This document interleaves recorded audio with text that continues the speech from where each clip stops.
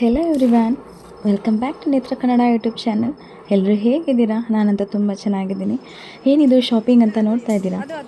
ಇದು ಶಾಪಿಂಗು ಯುಗಾದಿ ಹಬ್ಬಕ್ಕಲ್ಲ, ಯುಗಾದಿ ಹಬ್ಬಕ್ಕಿಂತ ಮುಂಚೆ ಅಮ್ಮ ಬಂದು ಗಂಗಮ್ಮ ಅಂತ ಮಾಡ್ತಾರೆ ನಮ್ಮ ಕುಣಿಗಲ್ ಕೆರೆಯಲ್ಲಿ ಹೋಗ್ಬಿಟ್ಟು. ಅದಕ್ಕೋಸ್ಕರ ಸ್ಯಾರಿ ತೊಗೋಬೇಕಂತಂದರು. ಹಾಗಾಗಿ ಟೆಕ್ಸ್ಟೈಲಿಗೆ ಬಂದ್ವಿ. ಈ ಟೆಕ್ಸ್ಟೈಲ್ ನೇಮ್ ಬಂದು ಶ್ರೀ ಮಂಜುನಾಥ ಟೆಕ್ಸ್ಟೈಲ್ ಅಂತ. ಬನ್ನಿ, ಯಾವ ಥರ ಸ್ಯಾರಿ ಸೆಲೆಕ್ಟ್ ಮಾಡಿದೆ, ಶಾಪ್ ಹೇಗಿದೆ, ಯಾವ್ಯಾವ ಥರ ಸ್ಯಾರೀಸ್ ಇದೆ ಅಂತ ಎಲ್ಲ ತೋರಿಸ್ತಾ ಇದ್ದೀನಿ ಡೀಟೇಲ್ಸಾಗಿ. ವಿಡಿಯೋ ಎಲ್ಲ ಸ್ಕಿಪ್ ಮಾಡಿದೆ ನೋಡಿ.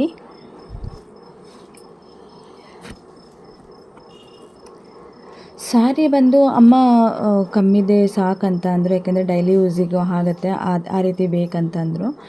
ಸೊ ಹಾಗಾಗಿ ಆ ಥರ ಸ್ಯಾರಿನ ಅಮ್ಮಗೆ ಸೆಲೆಕ್ಟ್ ಮಾಡೋಕ್ಕೆ ಬಿಟ್ಟಿದ್ದೆ. ಗೊತ್ತಲ್ಲ, ಅಮ್ಮಂದಿರು ಅಂದ್ರೇ ಹಾಗೆ. ಈ ಸೀರೆ ಅಮ್ಮ ಇದಿಲ್ಲ ಅಂದರೆ ಅಯ್ಯೋ ಅದಾ ಏನೋ ಕಲರ್ ಬೇರೆ ಥರ ಇದೆ. ಅಮ್ಮ ಅಂತಲೇ ಅಲ್ಲ, ಎಲ್ಲ ಹೆಣ್ಮಕ್ಳು ಕೂಡ ಹಾಗೇ ಏನಾದರೂ ಒಂದು ತಪ್ಪು ಹುಡುಕ್ತಾರೆ. ಅವರಿಗೆ ಪರ್ಫೆಕ್ಟ್ ಅಂತ ಸಿಗೋವರೆಗೂ ಅದರಲ್ಲಿ ಏನಾದರೂ ಒಂದು ಜಸ್ಟ್ ಒಂದು 0% ಏನಾದರೂ ಹುಡುಕಿ ಬೇಡ ಅಂತ ರಿಜೆಕ್ಟ್ ಮಾಡ್ತಾರೆ. ಅದೇ ರೀತಿ ಅಮ್ಮಂಗೆ ಸ್ಯಾರಿ ಒಪ್ಸೋ ಅಷ್ಟರಲ್ಲಿ ಸಾಕಾಗೋಯ್ತು. ಮತ್ತು ಇನ್ನೊಂದು ವಿಷಯ ಶೇರ್ ಮಾಡಲಿಕ್ಕೆ ಇಷ್ಟಪಡ್ತೀನಿ. ನಾನು ಅಲ್ಲಿ ವಿಡಿಯೋ ಮಾಡ್ತಿದ್ನಲ್ಲ, ಆವಾಗ ಕೇಳಿದ್ರು ಏನಕ್ಕೆ ವಿಡಿಯೋ ಮಾಡ್ತಿರೋದಂತ. ಆವಾಗ ಅಮ್ಮ ಹೇಳಿದ್ದಾರೆ ಯೂಟ್ಯೂಬ್ ಮಾಡ್ತಿದ್ದಾಳೆ ನನ್ನ ಮಗಳು ಅಂತ.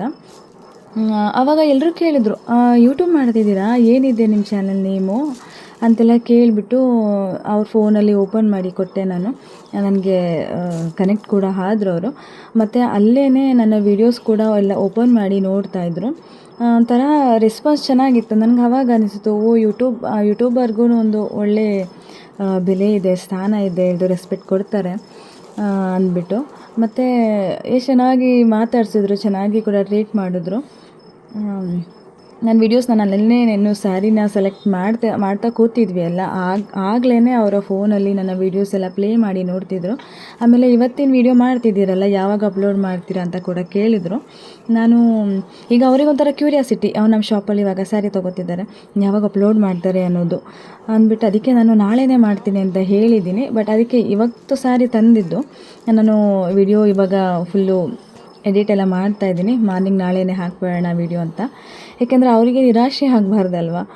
ಯಾರೋ ಒಂದು ನಾನು ವಿಡಿಯೋ ಹಾಕ್ತಿದ್ದೀನಿ ಅಂತ ಕಾಯ್ತಿದ್ದಾರೆ ಅಂತಂದರೆ ಅವರಿಗೆ ನಿರಾಶೆ ಆಗಬಾರ್ದು ಅನ್ನೋ ಕಾರಣಕ್ಕೆ ನಾನು ವಿಡಿಯೋನ ಇವಾಗಲೇ ಎಡಿಟ್ ಮಾಡ್ತಾಯಿದ್ದೀನಿ. ನಾಳೆನೇ ಬೆಳಗ್ಗೆ ಹಾಕೋಣ ಅಂತ ಅಂದ್ಬಿಟ್ಟು. ಅಮ್ಮ ನೋಡಿ ಸೀರೆ ಅಂದ್ಬಿಟ್ಟು ನೋಡಿದ್ರು. ಅದೆಲ್ಲ ಹಿಂಗೆ ನೋಡಿಬಿಟ್ಟು ಹಿಂಗಿದೆಯಲ್ಲ ಅಂತ ಆ ಕಡೆ ಬಿಸಾಕಿದ್ರು. ನನಗಂತೂ ನಗುನೂ ಬರ್ತಿತ್ತು, ಏನು ಮಾಡಲಿ. ಬಟ್ ಅವ್ರಿಗೂ ಇಷ್ಟ ಆಗಬೇಕಲ್ವ ಅದು, ಈಗ ನಾವು ತೊಗೊಳೋ ಸ್ಯಾರಿ ಅಂತ ಅಂದ್ಬಿಟ್ಟು ವೆಯ್ಟ್ ಮಾಡ್ತಾ ಇದ್ದೆ ನಾನು. ಲಾಸ್ಟ್ ಇನ್ನೊಂದು ಸ್ಯಾರಿ ಸೆಲೆಕ್ಟ್ ಮಾಡಿದ್ವಿ, ಅದು ಬೇಡ ಅಂದ್ಬಿಟ್ಟು. ಮತ್ತು ಇದು ಪಿಂಕ್ ಕಲರ್ ಇತ್ತಲ್ಲ, ಅದು ವೇಟ್ಲೆಸ್ಸು, ಸ್ಮೂತಾಗಿತ್ತು, ಡೈಲಿ ವೇರ್ಗೂ ಆಗುತ್ತೆ ಅಂದ್ಬಿಟ್ಟು ಆ ಸ್ಯಾರಿನ ಸೆಲೆಕ್ಟ್ ಮಾಡಿದ್ವಿ. ಇದೆಲ್ಲ ಸ್ಯಾರಿ ಕಲೆಕ್ಷನ್ಸು. ಹ್ಯಾಂಗ್ ಮಾಡಿದ್ರಲ್ಲ, ಅದು ವಿಡಿಯೋ ಮಾಡಿಕೊಂಡೆ ನಾನು. ಮತ್ತು ಈ ಥರ ಸ್ಯಾರಿನೂ ನೋಡೋಣ ಅಂದ್ಬಿಟ್ಟು ತೆಗೆಸಿದೆ. ಬಟ್ ಅಮ್ಮಗೆ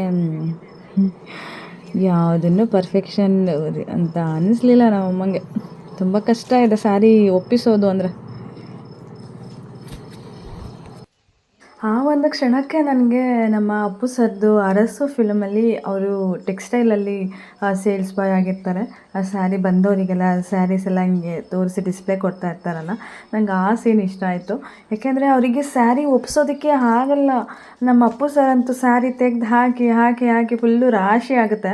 ಆಮೇಲೆ ಸರಿ ಓಕೆ, ಯಾವ್ದು ಸೆಲೆಕ್ಟ್ ಮಾಡಿದ್ರಿ ಮೇಡಮ್ ಅಂತ ಕೇಳಿದರೆ, ಯಾವುದೂ ಇಲ್ಲ, ಎಲ್ಲ ಪ್ಯಾಕ್ ಮಾಡಿ ಎತ್ತಿಡಿ ಅಂತಾರೆ. ಅಯ್ಯೋ, ಅದಂತೂ ಕಾಮಿಡಿ ನೆನೆಸ್ಕೊಂಡು ನನಗೆ ಈ ಸ್ಯಾರಿ ಹಂಗಿಲ್ಲ ಹಾಗೆ ಅನಿಸ್ತು. ಒಂದು ಸ್ಯಾರಿ ನಾವು ಸೆಲೆಕ್ಟ್ ಮಾಡಲಿಕ್ಕೆ ಸುಮಾರು ಏನೊಂದು 50 ಸ್ಯಾರಿ ಮೇಲೆ ಪಾಪ ಅವ್ರನ್ನ ಹಾಕಿದ್ವಿ. ಅದರಲ್ಲಿ ಯಾವುದೂ ಇಷ್ಟ ಆಗ್ತಿಲ್ಲ. ನೋಡಿದರೆ ಅಮ್ಮ ಇದು ನೋಡ್ತಾರೆ, ಈ ಡಿಸೈನ್ ಹೆಂಗಿದೆ, ಇದು ಕಲರ್ ನನ್ನ ಹತ್ರ ಇದೆ, ಇದು ಈ ಪೇಪರ್ ಥರ ಇದೆ ಸೀರೆ, ಇದು ಹೆಂಗಿದೆ ಅಂದ್ಬಿಟ್ಟು ಅದನ್ನು ಬಿಸಾಕ್ತಾರೆ. ಅಯ್ಯೋ, ನನಗಂತೂ ನಮ್ಮ ಅಪ್ಪು ಸರ್ ಅಂತೂ ನೆನಪಾದರು. ಅವ್ರು ಹೇಳ್ತಾರಲ್ಲ ಅಪ್ಪು ಸರು, ಸ್ಯಾರಿ ಎಲ್ಲ ಹೀಗೆ ಇರಲಿ ಸರ್, ಬೆಳಗ್ಗೆ ಬೇರೆ ಕಸ್ಟಮರ್ ಬರ್ತಾರಲ್ಲ ಹೀಗೆ ತೋರಿಸೋಣ ಅಂತ ಹೇಳ್ತಾರೆ. ಆವಾಗ ನಿನಗೆ ಸ್ಯಾಲ್ರಿ ಕೊಡ್ತಿರೋದು ಇದಕ್ಕಲ್ಲಪ್ಪ, ನೀನೆಲ್ಲ ಹಿಂಗೆ ತೋರಿಸಿರೋದನ್ನ ಎತ್ತಿಡ್ಲಿಕ್ಕೆ ನಿನಗೆ ಸ್ಯಾಲ್ರಿ ಕೊಡ್ತಿರೋದು, ಬೇಗ ಪ್ಯಾಕ್ ಮಾಡು ಎತ್ತಿಟ್ಬಿಟ್ಟು ಅಂತಾರಲ್ಲ. ನಂಗೆ ಆ ಥರ ನೆನಪಾಯಿತು. ಪಾಪ ಇಲ್ಲಿರೋ ಅಂಥ ಹುಡುಗಿರು ಕೂಡ ಕೋಪ್ರೇಟ್ ಮಾಡಿ ಸ್ಯಾರೀಸ್ ತೋರಿಸಿದ್ರು. ಬೇಡ ಅಂತ ಎತ್ತಿಟ್ಟಿದ್ದನ್ನ ಪ್ಯಾಕ್ ಮಾಡಿ ಎತ್ತಿಟ್ರು. ಆ, ಹಾಗೆ ಸ್ಯಾರಿ ಟೆಕ್ಸ್ಟೈಲ್ ಅಂತಂದ್ರೇ ಹಾಗೆ ಬರೋ ಕಸ್ಟಮರ್ನ ಸ್ಯಾಟಿಸ್ಫೈಡ್ ಮಾಡೋದು ತುಂಬ ಕಷ್ಟ ಇದೆ.